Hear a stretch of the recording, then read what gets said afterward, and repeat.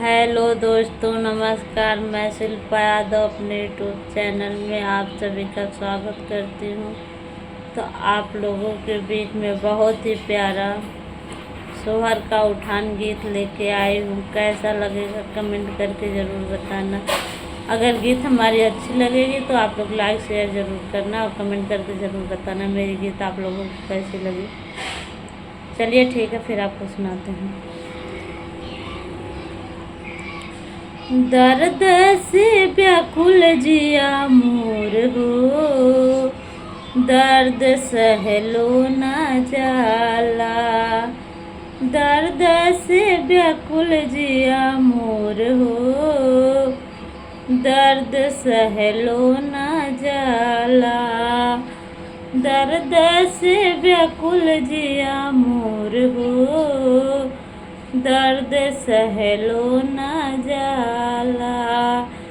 नाजुक उमर कमजोर हो, दर्द सहलो न जाला। नाजुक उमर कमजोर हो, दर्द सहलो न जाला।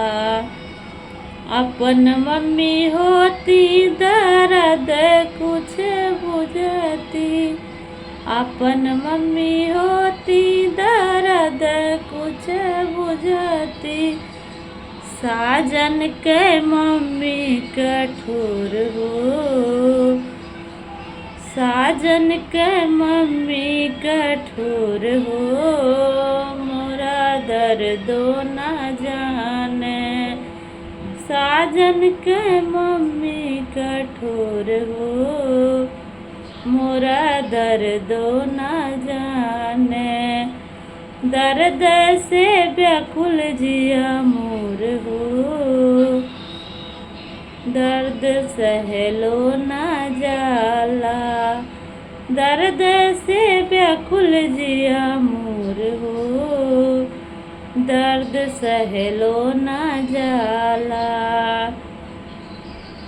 अपन भाभी होती दर्द कुछ बुझती, अपन भाभी होती दर्द कुछ बुझती।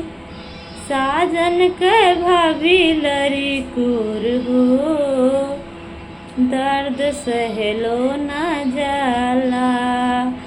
साजन के भाभी लड़ी कोर हो, दर्द सहलो न जाला।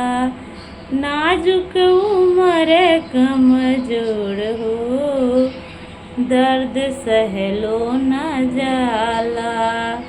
नाजुक उमर कमजोर हो, दर्द सहलो न जाला।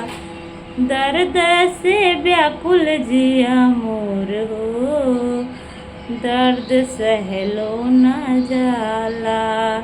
दर्द से व्याकुल जिया मोर हो, दर्द सहलो न जाला। नाजुक उमर कमजोर हो, दर्द सहलो न जाला। नाजुक उमर कमजोर हो, दर्द सहलो न जाला। अपन बहना होती दर्द कुछ बुझती, अपन बहना होती दर्द मोर बुझती। अपन बहना होती तो बैदा बोलवती, साजन के बहना कमजोर हो। मोरा दर्दो न जाने, साजन के बहिन जंगर चोर हो। मोरा दर्दो न जाने, नाजुक उमर कमजोर हो, दर्द सहलो न जाला। नाजुक उमर कमजोर हो, दर्द सहलो न जाला।